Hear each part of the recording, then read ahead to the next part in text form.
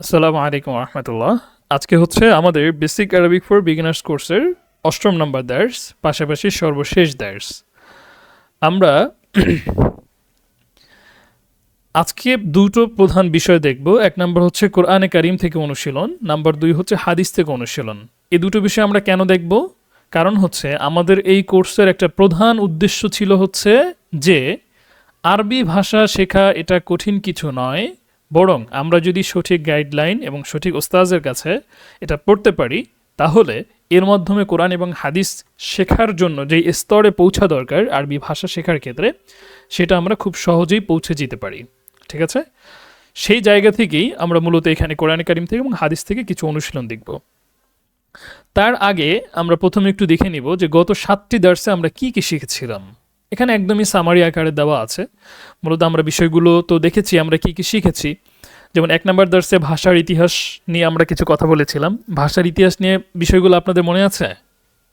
হ্যাঁ, আমরা ওখানে মৌলিক কয়েকটা আলোচনা করেছিলাম, যে একটা হচ্ছে আরবি ভাষার ইতিহাস, আর একটা ছিল হচ্ছে ভাষার ইতিহাস, তারপর ছিল আরবি ভাষার ইতিহাস ইত্যাদি বিস্তারিত আলোচনা। এটা তো প্রথম দার্সে আপনারা শুনেছেন, জেনেছেন, এগুলো এখন বলার প্রয়োজন নাই। আমি মূলত ফ্লোটা দেখাচ্ছি। হ্যাঁ, আমরা কি কি বিষয়গুলো শিখেছি এটা জানা খুব দরকার। আপনি একটা কোর্স শেষ করলেন, এই কোর্স থেকে আপনি কি কি শিখলেন বা জানলেন, এটা যদি আপনার কাছে একটা প্রপার একটা পিকচার আপনার কাছে না থাকে, তাহলে এটা খুব মানে ভালো কিছু না। ঠিক আছে? এটা মানে গুড প্র্যাকটিস না। আচ্ছা, আরবি ভাষার গুরুত্ব, আরবি ভাষার শব্দ পরিচিতি, ইসিমফল হরফ ইত্যাদি, সর্বনামের সাথে পরিচয় আমরা শিখেছিলাম। তারপর হচ্ছে দ্বিতীয় দার্সে বাক্য গঠন শিখেছি, মান দিয়ে প্রশ্নবোধক বাক্য, তারপরে ইশারাসূচক শব্দ ও তার ব্যবহার, মা দিয়ে প্রশ্নবোধক বাক্য, মুবতাদা খবরের পরিচয়, তাই না, মাউসুফ সিফাত, মারিফা নাকেরা, তারপর ইদাফতের ব্যবহার, কাইফে দিয়ে প্রশ্ন, ফেয়ালে মাদি, ফাইল, ফেয়েলের সাথে মান ব্যবহার করে প্রশ্নবোধক বাক্য, মাফুলে বিহি, মাফুলে ফিহিও আমরা শিখেছি, ফেয়ালে মোদারে আমর নাহি ইত্যাদি। বুঝতে পেরেছেন? মোটামুটি একটা আরবি ভাষার জন্য একদম মৌলিক যা যা প্রয়োজন, ঠিক আছে, মোটামুটি সব কিছু আমরা শিখে ফেলেছি। এবং এমন বিষয় আমরা শিখেছি, আরবি ভাষার ক্ষেত্রে এমন কোনো বাক্য কেউ তৈরিই করতে পারবে না যেখানে এই যা যা শিখেছি তার কোনো কিছু থাকবে না। কিছু না কিছু তার ভিতরে তার রাখতেই হবে। বুঝতে পেরেছেন? এটা হলো গিয়ে ব্যাপার। যাই হোক, আমরা যেহেতু আরবি ভাষার একদম বেসিক কিছু বিষয় শিখেছি, তাই আমরা তার উপর ভিত্তি করে কোরআন থেকে সামান্য কিছু অনুশীলন দেখব, যাতে করে আমরা বুঝতে পারি যে আমরা খুব সহজেই কোরআন বোঝার সক্ষমতা অর্জন করতে পারবো ইনশাআল্লাহ। বুঝতে পেরেছেন? এক্ষেত্রে একটা বিষয় আমি তাম্বি হিসেবে বলে দিচ্ছি, মানে সতর্কতা। সতর্কতাটা হচ্ছে যেমনটা আমি বললাম, যে আরবি ভাষা এটা জাস্ট একটা ল্যাঙ্গুয়েজ, ভাষা। এটা কিন্তু কোনো আইলিম না। কিন্তু আমরা আরবি ভাষাকে আইলিমের অন্তর্ভুক্ত করি কি হিসাবে? যেহেতু এটা আরবি ভাষাটা কোরআন এবং হাদিসের ভাষা, সেই হিসাবে আরবি ভাষা শেখাটাকে আমরা আইলিম শেখার অন্তর্ভুক্ত করি, কিন্তু এটা এলিম শেখার দরজা হিসাবে। ঠিক আছে? কিন্তু আপনি যদি আরবি ভাষা খুব ভালো পারেন এবং এর মাধ্যমে কোরআন এবং হাদিসের অর্থ মোটামুটি বুঝেন, এর মানে কিন্তু এটা না যে আপনি আলেম হয়ে গেছেন। আমরা তো বাংলা পারি, তাই না? বাংলা সাহিত্যের কিতাবাদি যা আছে, এমন কি কোন কিতাব আছে যে আপনি পারবেন না পড়তে? সবই পড়তে পারবেন, কিন্তু আপনি কিন্তু সাহিত্যিক না। আপনি জাস্ট এই ভাষাভাষী। ঠিক আছে? আপনি কোরআনে কারিম পড়তে পারেন, বুঝেন, তার মানে কি? আপনি কোরআনে কারিম বুঝেন, কিন্তু আপনি কিন্তু কোরআনের আলেম না। আপনি কিন্তু মুফাসসির না। ঠিক আছে? আপনি হাদিস বুঝেন, কিন্তু আপনি কিন্তু মুহাদ্দিস না। আমি যদি একটা হাদিসের ওই যেই হাদিসটা আপনি আরবিতে পড়ে বুঝতেছেন, স্বাভাবিকভাবে ওটার বাংলা বললে একজন যে বাংলা ভাষা বোঝে সেও বুঝতেছে, তাহলে কি পার্থক্য? জাস্ট আপনি ল্যাঙ্গুয়েজ ব্যারিয়ারটা আপনার মধ্যে নাই, তার মধ্যে ল্যাঙ্গুয়েজ ব্যারিয়ারটা আছে, কিন্তু সেও তো বুঝতেছে।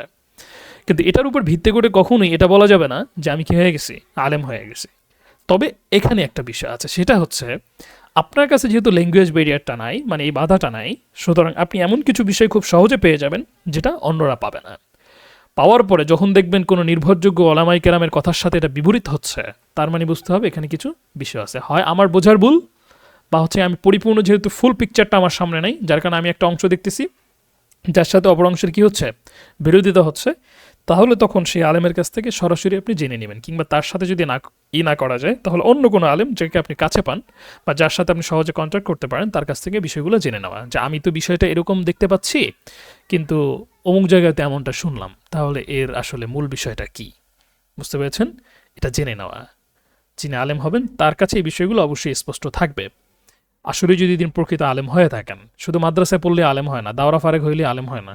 বুঝতে পেরেছেন? এটা কিন্তু খুব কঠিন বিষয়। আচ্ছা, যাই হোক, এটা হলো গিয়ে বিষয়। মানে আমি বুঝাতে চাচ্ছি যে আরবি ভাষা শেখার মাধ্যমেই আমরা নিজেকে কেউই আলেম ভাবা শুরু করব না। বুঝতে পেরেছেন? এটা খুব জরুরি। আচ্ছা, কোরআন থেকে অনুশীলন পার্ট নাম্বার 1। এখানে মূলত আমরা হাদা ও হাদিহি যুক্ত বাক্য কোরআন থেকে দেখব। ঠিক আছে, আমরা এখন পর্যন্ত যে বিষয়গুলো শিখেছি, মানে যেই নিয়মকানুনগুলো আমরা শিখতে পেলাম, তার উপর ভিত্তি করে হাদা ও হাদিহি যুক্ত যে বাক্যগুলো আছে তার অর্থ আমরা বোঝার চেষ্টা করব কিছুটা। দেখুন, ইন্নাল্লাহ রব্বি ওয়া রব্বুকুম ফা'বুদুহু হাদা সিরাতুম মুস্তাকিম। এখানে এই যে লাস্টের অংশটুকু, হাদা সিরাতুম মুস্তাকিম, এই বাক্যটা সিরাত মানে হচ্ছে গিয়া পথ, আর মুস্তাকিম মানে হচ্ছে গিয়া সরল বা সোজা। এটা সরল সোজা পথ, এটা কি আমরা সহজেই বুঝতে পারতেছি না? এটা কিন্তু আমরা খুব সহজেই বুঝতে পারতেছি।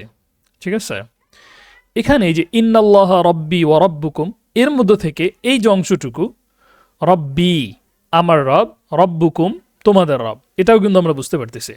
ঠিক আছে, কিভাবে বুঝতে পারতেছি? কারণ এখানে এদাফত হয়েছে রব্বি আমার রব, মানে রব্বুন মানে তো রব, রব্বি আমার রব, কিতাবি আমার কিতাব ছিল। ঠিক আছে, আমরা রব্বু কা পড়েছি তোমার রব, ঠিক আছে, কিন্তু কুমটা আমরা পড়ি নাই, এটা হচ্ছে বহুবচন, মানে রব্বুকুম, রব্বুকা মানে তোমার, আর কুম মানে হচ্ছে তোমাদের, তার মানে রব্বুকুম। ইন্না মানে নিশ্চয়ই, আল্লাহ মানে আল্লাহ। ঠিক আছে, যদি আমি বলতে চাই আল্লাহ আমার রব, তাহলে কি হবে? আল্লাহু রব্বি, আল্লাহ আমার রব। সেখানে ইন্না দিয়ে নিশ্চয়তা নিয়ে আসে যে নিশ্চয়ই আল্লাহ আমার রব। সেখানে এভাবে বলে যে ইন্নাল্লাহ রব্বি ওয়া রব্বুকুম, যে আল্লাহ আমার এবং তোমাদের রব, ফা'বুদুহু, সুতরাং তোমরা তার ইবাদত করো। এখানে এই যে দেখেন মাঝের অক্ষরে কি আসছে? যে আবাদা, ইবাদত, আইন বা দাল, মাঝের অক্ষরে বাতে আসছে পেশ। তার মানে কি বুঝতে পারতেছি আমরা? এটা কোন বাবের, কে বলতে পারবেন? হুম, হ্যাঁ, বোনেরা কি সবাই একমত তার কথায়? হুম,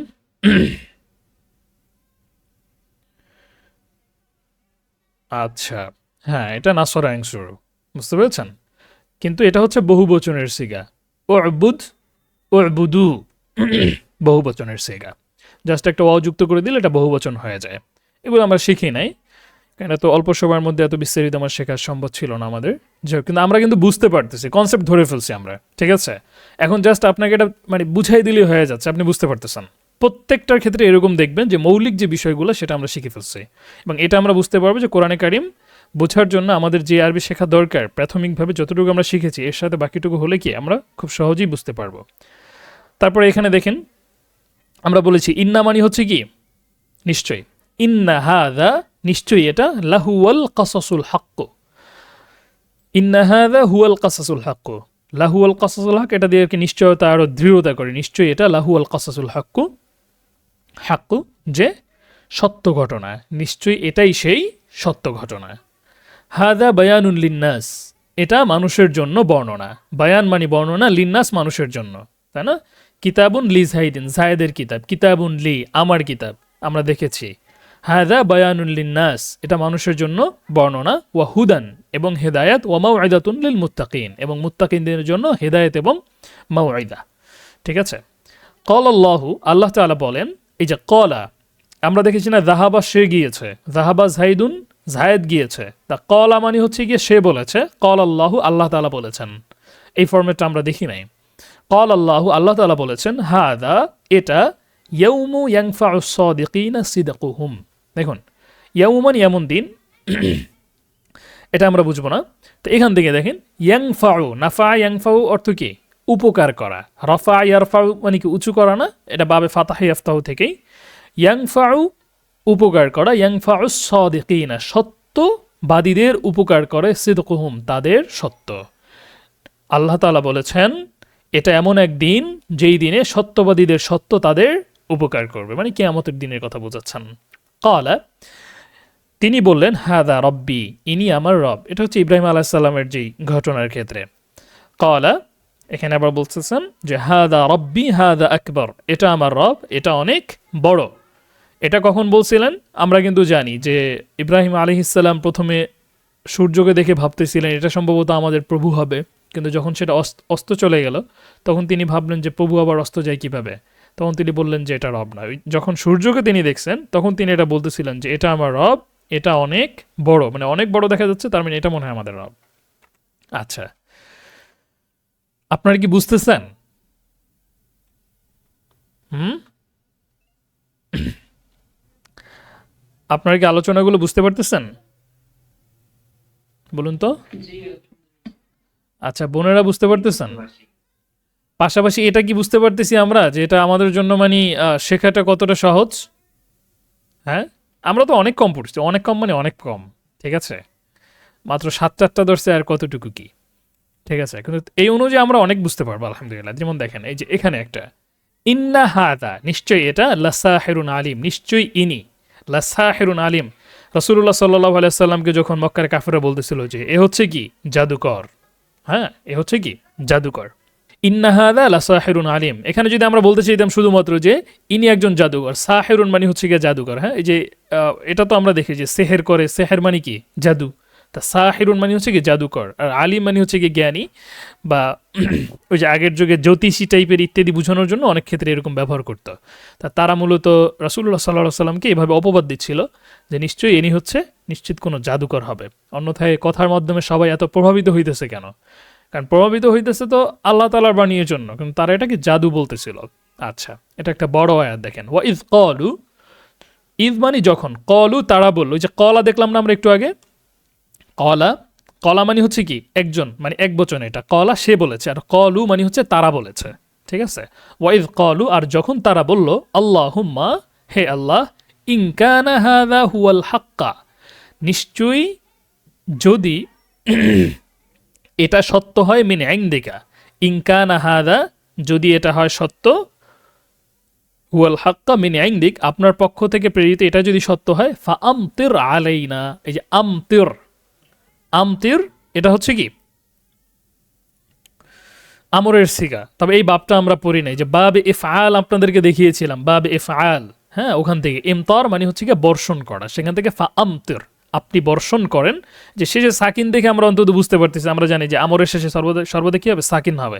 এখান থেকে অন্তত এতটুকু বুঝতে পারতেছি এটা আদেশসূচক হয়েছে, যে ফা আমতির আলাইনা, আমাদের উপর আপনি বর্ষণ করেন, হিজারাতাম মিনাস সামা, আসমান থেকে আপনি পাথর বর্ষণ করেন, আউই তিনা বি আযাবিন আলিম। আচ্ছা, এটা ভেঙে গেছে, হ্যাঁ লেখাটা, তিনা একসাথে হবে, আউই তিনা বি আযাবিন আলিম, অথবা আমাদের কাছে কঠিন আযাব নিয়ে আসেন। কাফেররা এটা বলতেছিল যে আল্লাহ, আপনি এই যে হকের কথা মুহাম্মদ বলতেছে, এইটা যদি আসলে আপনার দিক থেকে সত্য হয়ে থাকে, তাহলে আপনি আমাদের উপর আসমান থেকে পাথর বর্ষণ করেন, অথবা কঠিন আযাব নিয়ে আসেন আমাদের জন্য। আমাদের মূল উদ্দেশ্য হচ্ছে এটা, হাদা হুয়াল হক, যে হাদা হুয়াল হক, এটাই একমাত্র হক, মিন ইনদিক, আপনার দিক থেকে। ওয়া আদামু, হে আদম, উসকুন আংতা, ইয়া আদাম উসকুন আংতা, এই যে উসকুন, উসকুন অর্থ কি কেউ বলতে পারবেন? আর সাকানু অর্থ হচ্ছে বসবাস করা। এখানে উসকুন এটা কোন সিগা হয়েছে, কোন বাব থেকে, এবং কি অর্থ কে বলতে পারবেন? জি উস্তাদ, উস্তুন আদম থেকে হাত রামদে আদর মারুফ, অত তুমি বসবাস করো। হুম, আমর। ঠিক আছে, এটা হচ্ছে কি আমরের সিগা হয়েছে এবং এক বচনের সিগা হয়েছে, অর্থ তুমি বসবাস করো। এটা বাবে নাসরাং শুরু থেকে হয়েছে, এটা আমরা বুঝতে পারতেছি, তাই না? আচ্ছা, ইয়া আদম উসকুন আংতা, হে আদম তুমি বসবাস করো, ওয়াজাউজুকা, এবং তোমার স্ত্রী, আল জান্নাতা, উসকুন আংতা ওয়াজাউজুকা আল জান্না, ফাকুলা মিন হাইতু শিতুমা, ওখান থেকে তোমরা যা ইচ্ছা খাও, ওয়ালা তাকরাবা হাদিহি শাজারাত, আর তোমরা দুজন এই গাছের নিকটবর্তী হবে না, ফাতাকুনা মিনাজ জালিমিন, তাহলে তোমরা নিজেদের উপর জুলুমকারীদের অন্তর্ভুক্ত হয়ে যাবা। এটা হচ্ছে ওই আয়াতটা, যে আল্লাহ সুবহানাহু ওয়া তাআলা আদম আলাইহিস সালাম এবং হাওয়া আলাইহিস সালামকে যখন জান্নাতে বসবাস করতে দিলেন, তখন তাদেরকে আল্লাহ তাআলা এই কথা বলেছিলেন যে ইয়া আদম উসকুন আনতা ওয়া যাওজুকাল জান্নাহ ফাকুলা মিন হাইথু শিতুমা ওয়ালা তাকরাবা হাদিহি শাজারাতা ফাতাকুনা মিনাজ জালিমিন। আচ্ছা, হাদিহি নাকাতুল্লাহ, এটার অর্থটা, নাকাতুন অর্থ হচ্ছে গিয়ে উটনি, হ্যাঁ গর্ভবতী যে উটনি সেটা। আচ্ছা, ভাইরা বলবেন না, হ্যাঁ বোনেরা যে কোনো একজন বলবেন যে হাদিহি নাকাতুল্লাহি, এটার অর্থ কি হবে তাহলে? নাকাতুন মানে উটনি আর কি, হাদিহি নাকাতুল্লাহ, এটার অর্থ কি হবে? বোনেরা বলেন, লিখে দেন। হ্যাঁ, এটা আল্লাহর উটনি। দেখেছেন, মানে এখানে জাস্ট হয়তো অনেকে বুঝতেছিলেন এই জন্য যে নাকাতুন অর্থ কি, কিন্তু অর্থ বোঝার পরে কিন্তু আমরা এই ফরম্যাট জানি যে এখানে কি হয়েছে, হাদিহি তো বুঝতেই পারতেছি মুবতাদা হয়েছে, নাকাতুল্লাহি এটা মুদাফ মুদাফলাই হয়ে কি হয়েছে, খবর হয়েছে। অর্থাৎ এখানে বুঝাতে চাচ্ছে যে এই যে আমার ইশারাকৃত বস্তুটা এটা হচ্ছে নাকাতুল্লাহ, আল্লাহর উটনি, তাই না? হাদিহি নাকাতুল্লাহি লাকুম আয়াতান। এখানে এই ফরম্যাটটা তো আমরা একটু অ্যাডভান্স ফরম্যাট, এটা আমরা বুঝি নাই। আমি অর্থটা বলে দিই যে হাদিহি নাকাতুল্লাহি লাকুম আয়াতান, এটা আল্লাহর উটনি, লাকুম আয়াতান তোমাদের জন্য দেওয়া হয়েছে আয়াতান নিদর্শন হিসাবে, ঠিক আছে? আচ্ছা, পরবর্তীতে ওই যে হুদ আলাহিসাল্লামের ঘটনার ক্ষেত্রে আমরা জানি যে হুদ আলাহিসাল্লামের তখন এরকম তার যে জাতি আছে তারা কোনোভাবেই তাকে মানতেছিল না যে সে আল্লাহ তাআলার নবী। তা এটা যখন মানতেছিল না তখন তারা বলতেছে যে তুমি যদি আল্লাহ তাআলার নবী হয়ে থাকো তাহলে অসম্ভব কোনো কিছু করে দেখাও। অসম্ভব কি? সে অসম্ভবটা হচ্ছে যে সে কি করছে, বলছে যে এই যে পাথর আছে সেই পাথরের মধ্য থেকে একটা উটনি বের করে দেখাও। এখন সে যখন বলছে আচ্ছা ঠিক আছে উটনি বের করবো, এখন তারা বললো যে আসলে কি সহজ কিছু বলে ফেললাম নাকি, যে এত সহজে সে মাইনে নিল? তখন বললো যে শুধু উটনি বের করলে হবে না, সেটা গর্ভবতী হতে হবে, এবং গর্ভবতী হলেও হবে না, সেটা 9 মাসের গর্ভবতী হতে হবে, যাতে করে সে বের হয়ে, মানে 9 মাস বলতে একদম কি হবে যে বাচ্চা হওয়ার নিকটবর্তী সময়, সেটা তারা বুঝাচ্ছিল যে এরকম নিকটবর্তী সময় হতে হবে যাতে করে সে হয়ে কি হয়, তার বাচ্চা হয়ে যায়। পরবর্তীতে বলো আচ্ছা ঠিক আছে কোনো সমস্যা নেই। পরের দিন আল্লাহ তাআলার কাছে দোয়া করছেন এবং আল্লাহ তাআলা তখন ওই পাহাড়ের ভিতর থেকে, অর্থাৎ পাথর ফেটে তার ভিতর থেকে কি উটনি বের হয়ে আসছে। পরবর্তী কাহিনী তো আপনারা হয়তো বা জানেন যে পরবর্তীতে তারাই আবার সেই উটনিটাকে হত্যা করে ফেলছে এবং তাদের উপর আযাব এসে তাদেরকে আল্লাহ তাআলা ধ্বংস করে দিয়েছেন। আচ্ছা, এটা হচ্ছে একটা বিষয়। কেউ যদি আল্লাহ তাআলার কাছে এই ধরনের কোনো কিছু চায় যে আমি কোনোভাবেই বিশ্বাস করি না, বিশ্বাস করার জন্য আপনি আমাদেরকে অলৌকিক কোনো কিছু দেখায় দেন, এটা কিন্তু খুব ভয়ঙ্কর জিনিস। কেন জানেন? কারণ হচ্ছে যখন অলৌকিক কোনো কিছু আল্লাহ তাআলা দেখায় দেন, এর আগ পর্যন্ত সুযোগ থাকে যে আল্লাহ তাআলা এটা করেন যে তারা হয়তো বুঝতেছে না, তাদের বোঝার সময় দেওয়া দরকার। কিন্তু অলৌকিক কোনো কিছু যখন চলে আসে তারপরও যখন তারা বুঝে না, তখন আল্লাহ তাআলা রাগান্বিত হয়ে যান। কেন? কারণ অলৌকিক কোনো কিছু যখন তারা দেখছে তার মানে কি তাদের সামনে তো দলিল সুস্পষ্ট চলেই আসছে, এরপরও যখন তারা মানতেছে না তার মানে এখন আর কি তাদের কাছে সত্য আসার জন্য আর কোনো কিছুর দরকার নাই। এখন তাদের কাছে এরকম উটনি কেন, আরও 10টাও যদি এরকম বের করা হয় তারপরও তারা মানবে না, তার মানে তাদের আর সুযোগ নাই। বুঝতে পেরেছেন? যার কারণে আম্বিয়া কেরামের কাছে যখন কেউ মুজিজা চাইতো তখন তারা সতর্ক করতেন যে এরপরে কিন্তু তোমাদের আর কোনো সুযোগ থাকবে না। সুতরাং আল্লাহ তাআলার কাছে এমন কোনো কিছু চাইও না যে আল্লাহ আমাদেরকে এমন কোনো কিছু দেখাই দেন যাতে করে আমরা এটাকে পরিপূর্ণভাবে কি করি, করে নেই। আচ্ছা, যাই হোক, তারপর এখানে দেখেন হাদিহি জাহান্নাম, এটা হচ্ছে জাহান্নাম, আল্লাতি ইউকাযযিবু বিহাল মুজরিমুন, যা সম্পর্কে মিথ্যাবাদীরা, মুজরিমরা কি করেছিল, মিথ্যা প্রতিপন্ন করেছিল, যাকে বিশ্বাস করে নাই। আচ্ছা, এরপর হচ্ছে ফেল যুক্ত বাক্য কোরআন থেকে। ফেল যুক্ত বাক্য বলতে আমরা যেই ফেলগুলো পড়েছি, হ্যাঁ, এর মধ্যে থেকে পরিচিত যেই বাক্যগুলো সেটা আমরা দেখব ইনশাআল্লাহ। এখানে যা যা আমরা দেখেছি মোটামুটি বুঝতে পেরেছি না? যেটা আমাদের জন্য সহজ না কঠিন হবে? সহজই হবে। ফেল যুক্ত বাক্য কোরআন থেকে। ইযহাব ইলা ফিরআউনা, এটা অর্থ কি আপনারা বলেন? ভাইরা কেউ বলেন না, হ্যাঁ বোনেরা বলেন। ইযহাব ইলা ফিরআউনা, এটা অর্থ কি?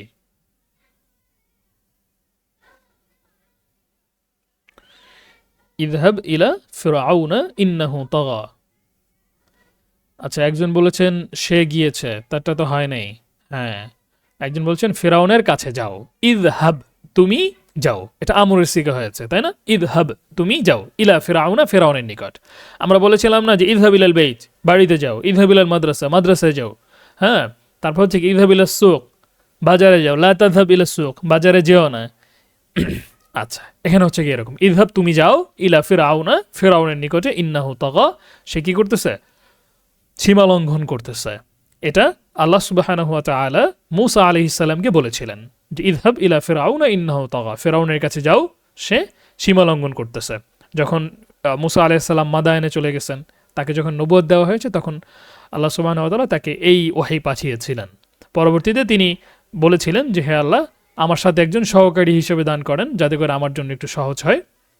তখন আল্লাহ তাআলা এবং আল্লাহ তাআলার কাছে এটাও বলেছেন, হারুন আলাইহিস সালামের কথা বলেছেন, তার যে বড় ভাই, যে তাকে আমার সহযোগী হিসেবে দান করেন। তখন হারুন আলাইহিস সালামকেও নবুয়ত দেওয়া হয় এবং মূসা আলাইহিস সালামের সহকারী হিসেবে ফিরআউনের কাছে পাঠানো হয়। এটাই আর কি। আপনারা মিশর যদি কখনো ভ্রমণ করতে আসেন, সুযোগ হয়, এগুলো দেখবেন। ফিরআউনের সেই সমাধি, ফিরআউনের যেই বিশাল বড় প্রাসাদ, রাজপ্রাসাদ, সব কিছু এখন অক্ষত আছে। বুঝতে পেরেছেন? ছাদগুলো নাই, ছাদগুলো ভেঙে পড়ছে। কিন্তু সেই বড় বড় কাঠামো, বড় বড় সেই যে মূর্তি ইত্যাদি তারা বানিয়েছিল ইত্যাদি, এগুলো সব আছে। তবে আপনারা যেই গাল গল্প শুনেছেন যে ফেরাউন এত পরিমাণ লম্বা ছিল যে মুসা আলাহিস সাল্লাম যখন লাঠি দিয়ে বাড়ি মারছে তখন সেইটা গিয়ে তার এই যে কি বলে এটাকে, পায়ের যে গোড়ালি সেখানে গিয়ে আঘাত লাগছে, ঠিক আছে? এগুলো কিন্তু সব একদম গাল গল্প। ফেরাউন ইত্যাদি তারা লম্বা যা ছিল সেটা আমাদের মতোই ছিল, স্বাভাবিক। তবে যুগের তুলনায় তারা একটু বেশি লম্বা ছিল, এর থেকে বেশি কিছু না, ঠিক আছে? আচ্ছা, যাই হোক, এটা এখানে আছে। ফেরাউনদের যে লাশ ইত্যাদি, রামসেস সানি, রামসেস সাইলাস, তাদের সকলের লাশ মমি আকারে সেগুলো এখনও সংরক্ষিত আছে। এটা পরবর্তী প্রত্নতাত্ত্বিক যারা আছে তারা এগুলো বের করছেন, মিশরের ন্যাশনাল মিউজিয়াম যে সেখানে আছে এগুলা। আচ্ছা, ইযহাব ইলা ফিরআউনা ইন্নাহু তাগা ইযহাব বিকিতাবি হাদা, তুমি আমার এই কিতাব নিয়ে যাও। ইযহাব বিকিতাবি হাদা, এখানে যাহাবা ইয়াযহাব অর্থ হচ্ছে যাওয়া, কিন্তু যদি নিয়ে যাওয়ার অর্থ আনতে হয় এই বিষয়টা আমরা আসলে দেখি নাই। নিয়ে যাওয়াটা এটা আমরা একটু দেখি। যেমন দেখেন,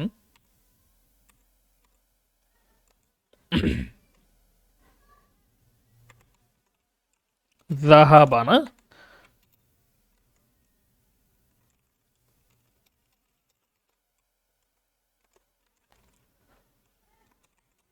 যাহাবা এর সাথে যদি কখনো বা আসে, হ্যাঁ, যেমন যাহাবা মানে সে গিয়েছে, এখন কিতাবুন মানে কি কিতাব, যাহাবা বি কিতাবিন মানে সে কিতাব নিয়ে গিয়েছে, বুঝতে পেরেছেন? আবার যদি বলি যে যাহাবতু বি কিতাবি, বি কিতাবি, আমি আমার কিতাব নিয়ে গিয়েছি। যাহাবতু মানে আমি গিয়েছি, বি কিতাবি মানে কি আমার কিতাব নিয়ে, বা মানে দ্বারা বা সহ, মানে আমার কিতাব সহ গিয়েছি মানে কিতাব নিয়ে গিয়েছি, বুঝতে পেরেছেন? এটা এখানে যদি কেউ বলে যে ইযহাব বি কিতাবিক, ইযহাব ইযহাব বি কিতাবিকা, ইযহাব বি কিতাবিকা, তুমি তোমার কিতাব নিয়ে যাও। এরকম হয় না, ভাই বোনরা কি করে, খুনসুটি হয়, তখন তাদের ভিতরে রাগ করে একজন, তখন নেওয়ার পরে চাইতে থাকে, দেয় না, পরে যখন দেয় কয় লাগবে না, তোমারটা তুমি নিয়ে যাও, তখন আমরা এভাবে বলবো যে ইযহাব বি কিতাবিক, তুমি তোমার কিতাব নিয়ে যাও। আচ্ছা, এখানে আল্লাহ সুবহানাহু ওয়া তাআলা এভাবে বলেছেন যে ইযহাব বি কিতাবি হাদা, তুমি আমার এই কিতাব নিয়ে যাও। যাহাবাল্লাহু বিনুরিহিম ওয়া তারাকাহুম ফি যুলুমাতিন লা ইবসিরুন, যেমন এখানে দেখেন যাহাবাল্লাহু বিনুরিহিম, আল্লাহ তাআলা তাদের নূর নিয়ে গিয়েছেন, ওয়া তারাকাহুম এবং তাদেরকে ছেড়ে দিয়েছেন, ফি যুলুমাতিন এমন অন্ধকারের মধ্যে, লা ইবসিরুন যা তারা, এমন অন্ধকারের মধ্যে, লা ইবসিরুন যার মধ্যে কি তারা চোখে দেখে না। এখানে একটা এই যে যুলুমাতুন নিয়ে একটা সুন্দর একটা তত্ত্ব আছে, সেটা হচ্ছে আল্লাহ তাআলা কোরআনে কারিমের মধ্যে যতবার নূর শব্দ ব্যবহার করেছেন, নূর শব্দকে আল্লাহ তাআলা সবসময় এক বচনে ব্যবহার করেছেন, বুঝতে পেরেছেন? যেমন এই যে যাহাবাল্লাহু বিনুরিহিম, তাদের আলো নিয়ে গিয়েছেন, নূর নিয়ে গিয়েছেন, কিন্তু ছেড়ে দিয়েছেন অনেকগুলো অন্ধকারের মধ্যে, যুলুমাতের মধ্যে। যুলমাতুন অন্ধকার, আমরা ছোটবেলায় হাদিস পড়েছি না, আয-যুলমু যুলুমাতুন ইয়াউমাল কিয়ামা, যে জুলুম কিয়ামতের দিন অন্ধকার হইয়া দেখা দিবে, এভাবে এটা আর কি। যুলমাতুনের বহুবচন যুলুমাতুন বহুবচন। তো এক্ষেত্রে এটা বলা হয় যে নূর এক বচন, কিন্তু যুলুমাত অন্ধকার এটা বহু বচন আল্লাহ তাআলা ব্যবহার করেছেন। কেন? কারণ হচ্ছে সঠিক পথ একটাই, সেটা হচ্ছে ইসলাম, সেটা হচ্ছে নূর, ঠিক আছে? সঠিক পথ একটাই, সিরাতে মুস্তাকিম। কিন্তু বেঠিক পথ যেটা সঠিক না, এটা একটা না, সেটা হাজারো আছে, বুঝতে পেরেছেন? যার কারণে অন্ধকার অনেক, আলো শুধুমাত্র একটাই। আচ্ছা, ফাযহাব আনতা ওয়া রাব্বুকা ফাকাতিলা ইন্না হাহুনা কাঈদুন, এটা অর্থ কি? ফাযহাব আনতা, ফাযহাব আনতা তুমি যাও, ওয়া রাব্বুকা এবং তোমার প্রভু যাও, ফাকাতিলা, কাতিলা এটা দ্বিবচনের ফেল, তোমরা যুদ্ধ করো, ইন্না হাহুনা কাঈদুন আমরা এখানে বসে আছি। ওই যে কাহিনী আপনারা জানেন যে মিশরে থাকা অবস্থাতে যখন প্রচণ্ড রকম ফেরাউন নির্যাতন করতেছিল বনি ইসরায়েলের উপর, মুসা আলাইহিস সালাম তখন তাদের এখান থেকে বের করে নেওয়ার জন্য, বাঁচানোর জন্য তাদেরকে নিয়ে রওনা দিয়েছেন কোথায়? ফিলিস্তিনের দিকে, ঠিক আছে?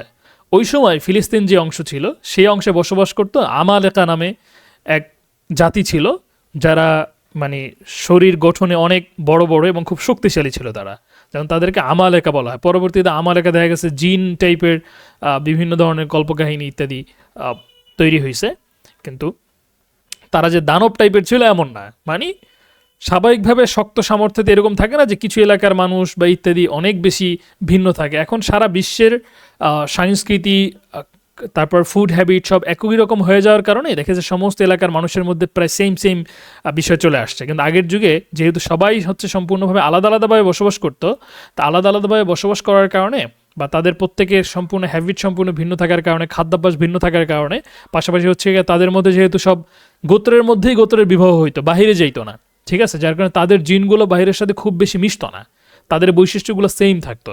তো এরকম আমালেকা যে সম্প্রদায় ছিল তারা এরকম দেখতে শুনতে অনেক বড় সড়ো ছিল এবং তারা খুব শক্তিশালী ছিল। এটা ওই সময় পুরো বিশ্বের মধ্যে একটা প্রচলিত বিষয় ছিল, তারা অনেক শক্তিশালী, তাদের সাথে যুদ্ধে কেউ পারে না, ঠিক আছে, এরকম একটা বিষয় ছিল। পরবর্তীতে তারা যখন এখান থেকে গিয়ে তিহ ময়দানের ওখানে তারা অবস্থান করলো এবং তখন আল্লাহ সুবহানাহু ওয়া তাআলা বললেন, তোমাদের জন্য এই যে ফিলিস্তিন যে অংশ ভূখণ্ড আছে, এই ভূখণ্ডকে তোমাদের বসবাসের জন্য নির্ধারণ করা হয়েছে, তোমরা ওখানে যাও। এখন ওখানে যাইতে হলে কি করতে হবে? ওখানে গিয়ে ওই যে আমালেকা সম্প্রদায় আছে তাদের সাথে যুদ্ধ করে তাদেরকে হারাই দিয়ে ওখানে বসবাস করতে হবে।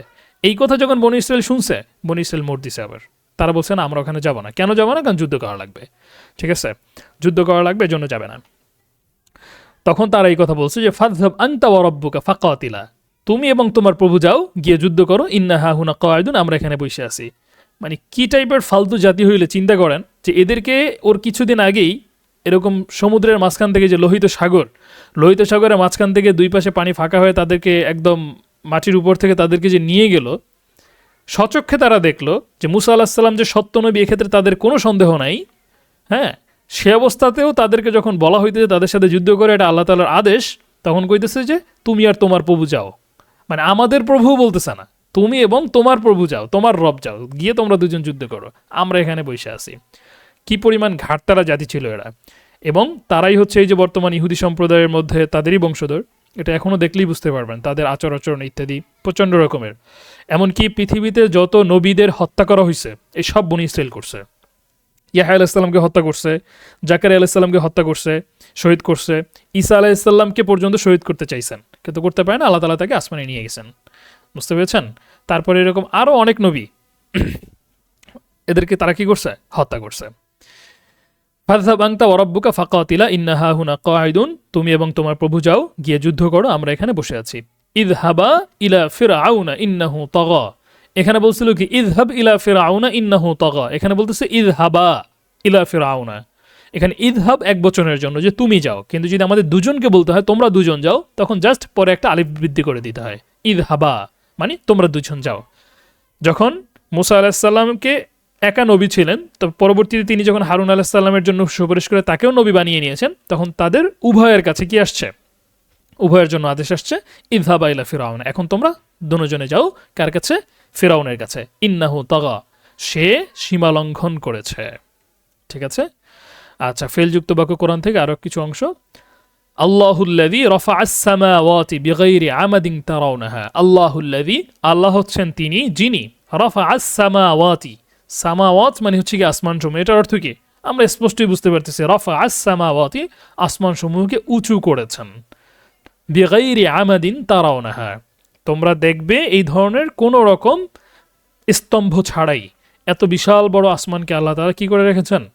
উঁচু করে এরকম রেখেছেন, বিগাইরি আমাদিন, কোন ধরনের স্তম্ভ ছাড়া। বাল রাফাআহুল্লাহু ইলাইহি, বা রাফাআহুল্লাহু ইলাইহি, বরং আল্লাহ তাকে উঠিয়ে নিয়েছেন। রাফাআহুল্লাহ, আল্লাহ তাকে উঠিয়ে নিয়েছেন, ইলাইহি, তার কাছে, ওয়াকানাল্লাহু আজিজান হাকিমা।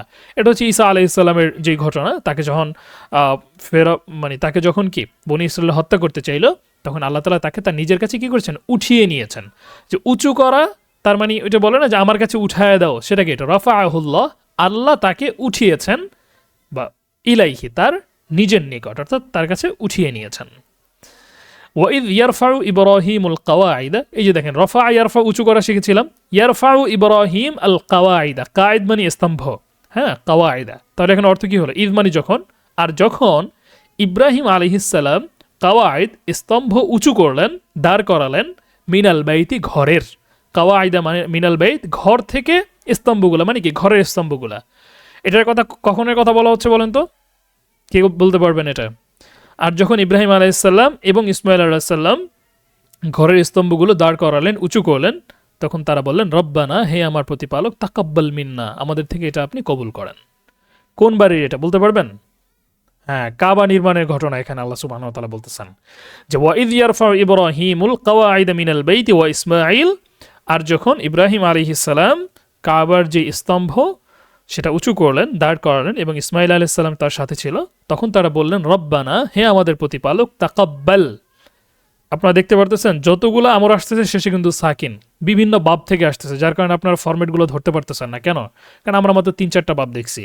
ঠিক আছে, রব্বানা তাকাব্বাল মিন্না, হে আল্লাহ আমাদের থেকে আপনি কবুল করেন, ইন্নাকা, নিশ্চয়ই আপনি, আনতাস সামিউল আলিম, নিশ্চয়ই আপনি সর্বশ্রোতা এবং সর্বজ্ঞানী। আলিমু শব্দটা যে মিমটা নিচে চলে আসছে, আলিম হবে। হ্যাঁ, আচ্ছা, এই পর্যন্ত ছিল হচ্ছে আমাদের কোরআনে কারিম থেকে যে আয়াতগুলো, ছোট ছোট কয়েকটা আয়াত, এটা আমি স্পষ্ট করেছি, এবং আশা করি আপনারা বুঝতে পেরেছেন যে আমরা যতটুকু পড়েছি এর মাধ্যমে আমরা কতটুকু বুঝতে পারছি ইত্যাদি।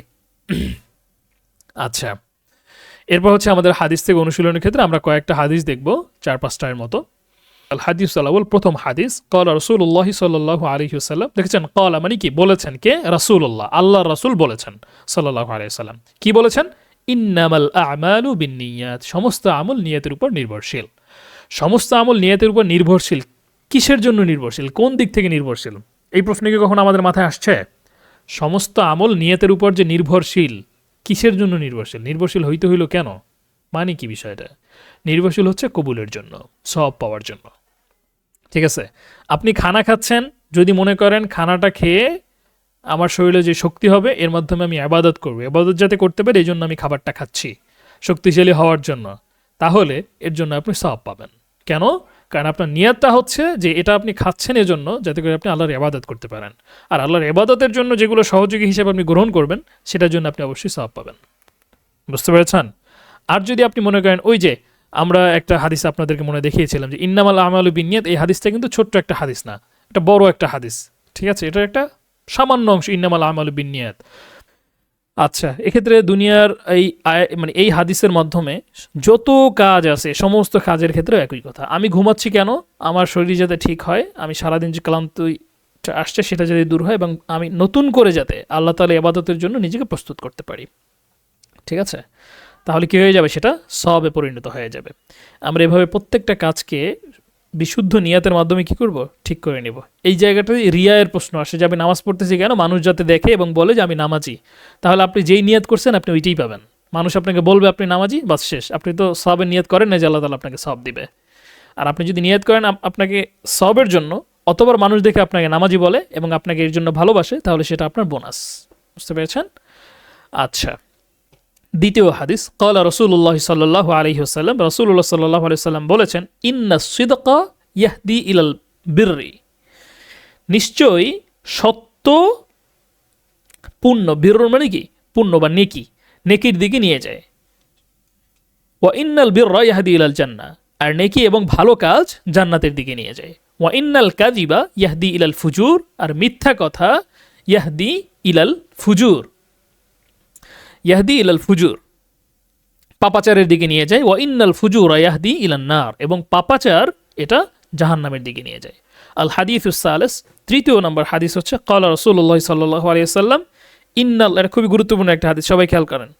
ইন্নাল্লাহা লা ইয়ানজুরু ইলা আজসামিকুম, নাযারা ইয়ানজুরু অর্থ হচ্ছে দেখা, দৃষ্টিপাত করা। ইন্নাল্লাহা, নিশ্চয়ই আল্লাহ তাআলা, লা ইয়ানজুরু দেখবেন না, ইলা আজসামিকুম তোমাদের শরীরের দিকে, কে কত সুন্দর ছিল, কার শরীর কত সুঠামদেহী ছিল। ঠিক আছে, এগুলো কোনো কিছু আল্লাহ তাআলা কি দেখবেন না। কে কত স্বাস্থ্যবান ছিল, তারপরে কে কত হচ্ছে গিয়া স্বাস্থ্যবান ছিল না, এটা আল্লাহ তাআলা দেখবেন না। তোমাদের শরীরের দিকে আল্লাহ তাআলা তাকাবেন না। ওয়ালা ইলা সুওয়ারিকুম, তোমাদের চেহারার দিকেও তাকাবেন না, কে কত সুন্দর চেহারায়, কে সুন্দরী প্রতিযোগিতায় কি করছে, বিশ্বজয় করছে, এগুলো আল্লাহ তাআলা দেখবেন না। ওয়ালাকিন, কিন্তু, ইয়ানজুরু তিনি দেখবেন, ইলা কুলুবিকুম ওয়া আমালিকুম, তোমাদের অন্তরের দিকে এবং তোমাদের কাজের দিকে। তোমরা অন্তরে কাজের ক্ষেত্রে কি ভাবতা, যে এই কাজটা তুমি কেন করতেছো এবং কি কাজ তুমি করেছো। আবার পড়তেছি, দেখেন, ইন্নাল্লাহা লা ইয়ানজুরু ইলা আজসামিকুম, আল্লাহ তাআলা তোমাদের শরীরের দিকে তাকাবেন না। ওয়ালা ইলা সুওয়ারিকুম, এবং তোমাদের চেহারার দিকেও তাকাবেন না। ওয়ালাকিন ইয়ানজুরু ইলা কুলুবিকুম ওয়া আমালিকুম, কিন্তু তিনি তোমাদের অন্তর এবং কাজের দিকে তাকাবেন। ঠিক আছে? আচ্ছা, চতুর্থ নম্বর হাদিস হচ্ছে আন্না রাজুলান, একজন ব্যক্তি ক্বাল আলী নবী সাল্লাল্লাহু আলাইহি ওয়াসাল্লাম, রাসূলুল্লাহ সাল্লাল্লাহু আলাইহি সাল্লামকে জিজ্ঞাসা করলেন, বললেন আউসিনি ইয়া রাসূলুল্লাহ, আমাকে নসিহত করেন। রাসূলুল্লাহ সাল্লাল্লাহু আলাইহি সাল্লাম নসিহত করলেন লা তাগদাব। লা তাগদাব মানে রাগ করবা না। এখন একটা জিনিস আমাকে একটু বলেন তো, আমরা যখন স্বাভাবিকভাবে একজন বড় আলেমের কাছে বা মনে করেন বিশ্ব নেতা, যেমন আপনাদের কাছে কে হলো কাবা ঘরের ইমাম বা এই টাইপের, আমাদের কাছে যারা অনেক বড় ব্যক্তিত্ব, ধর্মীয় ব্যক্তিত্ব, তাদের কাছে যদি আমরা যাই এবং আমরা যদি তাদেরকে বলি যে আমাদের কিছু নসিহাত করেন, আমরা কি ধারণা করবো? এখন লম্বা চওড়া একটা বয়ান হবে, অনেকগুলো নসিহাত হবে, এইটা করবো, এইটা করবা না, এভাবে করবা, এভাবে করবা না, তাই না? তা বিশ্বনবী মুহাম্মদ সাল্লাল্লাহু আলাইহি সাল্লামের কাছে যখন একজন সাহাবী জিজ্ঞাসা করছেন ইয়া রাসূলুল্লাহ আমাকে নসিহাত করেন, তিনি কি নসিহাত করছেন? একটা কথা, যে লা তাগদাব, তুমি রাগ করবা না। এখন আমরা ভাবতে পারি যে রাগ করবা না, এটা আবার কেমন নসিহত হইল বলেন? কিন্তু আমরা যদি গভীর দৃষ্টি দেই, একটা জিনিস খুঁজে পাবেন, সমাজ, ব্যক্তিগত জীবন, পারিবারিক জীবন, রাষ্ট্রীয় জীবন, সমস্ত জায়গাতে এই রাগ আমাদের কি অনেক বড় বড় বিপদে ফেলে দেয়। ঠিক আছে? রাগের মাথায় আমরা সিদ্ধান্ত নেই, রাগের মাথায় স্বামী তার স্ত্রীকে তালাক দিয়ে দেয়, রাগের মাথায় স্ত্রী তার স্বামীর সাথে খারাপ আচরণ করে, রাগের মাথায় বাবা তার সন্তানকে উপর জুলুম করে ফেলে, এই রাগের মাথায় কি করে? সব কিছু করে। বুঝতে পেরেছেন? সুতরাং এক্ষেত্রে কেউ যদি নিজের রাগকে সংবরণ করতে পারে, রাগকে সংযত করতে পারে, তার মানে হচ্ছে কি সে একজন শক্তিশালী মানুষ, মনের দিক থেকে শক্তিশালী। শারীরিক দিক থেকে শক্তিশালী হয়ে কি করতে পারবেন? শারীরিক দিক থেকে আপনি যদি অনেক বেশি শক্তিশালী হন, সর্বোচ্চ একটা গাছ কি করতে পারবেন? উঠায় কান্দে উঠাইতে পারবেন এবং এখান থেকে নিয়ে ওখানে ফালাই দিলেন, এতটুকুই পারবেন। আর কি পারবেন? কি একজন মারতে আসলে তার থাবর আপনি দুইটা বেশি দিতে পারবেন। কিন্তু মনের দিক থেকে যে শক্তিশালী হবে, সে একটা গাছ না, সে পুরো একটা রাষ্ট্রকে উঠে ফেলাইতে পারবে মনের শক্তি দিয়া, তাই না? যেমন আমরা দেখেছি মনের শক্তি কার? মুহাম্মদ আল ফাতেহ। তা মুহাম্মদ আল ফাতেহ যিনি কুস্তুনতুনিয়া বিজয় করেছেন, তিনি কি মনের শক্তি দিয়ে এমন সিদ্ধান্ত নিয়েছেন যেই সিদ্ধান্তের কথা তার আগেও কেউ চিন্তা করতে পারে নাই, তার পরেও কেউ চিন্তা করতে পারে নাই। কুস্তুনতুনিয়া যখন বিজয় হয়েছে, ঘটনা আপনারা জানেন কিনা, মানে বর্তমান মানে ওই সময় কনস্টান্টিনোপল ছিল, বর্তমানে ইস্তাম্বুল, যেটা ওইটার নাম ছিল ইসলামবুল। এখন তো ত দিয়ে লেখে, ত না, মূলত লা দিয়ে, মানে ইসলামবুল, ইসলামের শহর। ঠিক আছে? ইসলামের বাগিচা, ইস্তাম্বুল। তা এইটা যখন বিজয় করে, তো বিজয়ের সময় কি হয়, যে কোনোভাবেই বিজয় করতে পারতেছিল না, প্রণালীর মধ্যে শিকল ফালায় রাখছে, কি করবে? কিন্তু ওটার পাশে ছিল পাহাড়। সে চিন্তা করলো, আমরা এই নৌকাগুলোকে, জাহাজগুলোকে যেহেতু মানে পানি দিয়ে নিতে পারতেছি না, তাহলে কেন নয় এটা আমরা পাহাড়ের উপর দিয়ে নিয়ে যাই। এটা আমাদের কাছে খুব স্বাভাবিক মনে হইতেছে কিনা জানি, বলতে আসলেই স্বাভাবিক, কিন্তু এটা করাটা একদমই স্বাভাবিক ছিল না এই কথা। এবং শেষ পর্যন্ত তিনি নিছেন এবং কুস্তুনতুনিয়া কি হয়ে গেছে? বিজয় হয়ে গিয়েছে।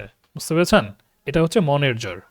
সেই জায়গা থেকে লা তাগদাব, রাগান্বিত হয় না। স্বামী স্ত্রীর ভিতরে ঝগড়া পাচ্ছে, একজনের রাগের মাথায় কিছু বলতেছে, আর একজন অবশ্যই চুপ থাকতে হবে। এই সময় যদি আপনি চুপ না থাকেন, সর্বনাশ হয়ে যাবে। বুঝতে পেরেছেন? একজন বলছে রাগ সব ধ্বংস করে। আসলেই রাগ সব ধ্বংস করে, রাগ সব ধ্বংস করে। দাম্পত্য জীবনের মধ্যে এই যে এত পরিমাণ সমস্যা, আল্লাহ, যত বেশি আপনি আধুনিক হবেন, যত বেশি সেকুলার হওয়ার চেষ্টা করবেন, যত বেশি লিবারেল হওয়ার চেষ্টা করবেন, যত বেশি স্বাধীন হওয়ার চেষ্টা করবেন, তত বেশি সংসার ভাঙবে। আর সংসার ভাঙার পরিণতি কি? পরিবার ভাঙার পরিণতি কি? পরিবার ব্যবস্থা ভাঙার পরিণতি যদি দেখতে মন চায়, জাপানের দিকে তাকাবেন। পরিবার ব্যবস্থা ভাঙার পরিণতি যদি দেখতে মন চায়, তাহলে কি করবেন? আমেরিকার দিকে তাকাবেন, ইউরোপের দিকে তাকাবেন। তারপরে দেখবেন যে মানুষ কীভাবে রাস্তায় মইরা পইরা থাকে, কীভাবে তার নিজের ফ্ল্যাটে একা একা শেষ বয়সে ধুকে ধুকে মরে, এবং মারা যাওয়ার পরে পাশের জায়গা থেকেও কেউ জিজ্ঞাসা করে না যে আসলেও কেউ মারা গেছে কিনা। 5 দিন ধরে দেখতেছি দরজাটা খুলে না, আসলে তার কি হইল?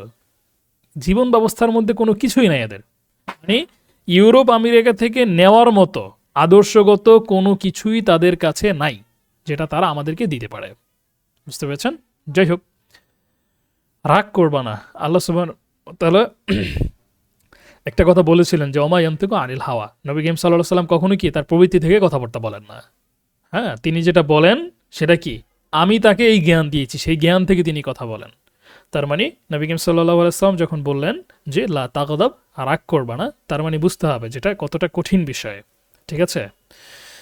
আচ্ছা, আল হাদিসুল খামিস, 5 নম্বর হাদিস, লা তাতামান্নাউ লিকা আল আদুব্বি, লা তাতামান্নাউ লিকা আল আদুব্বি।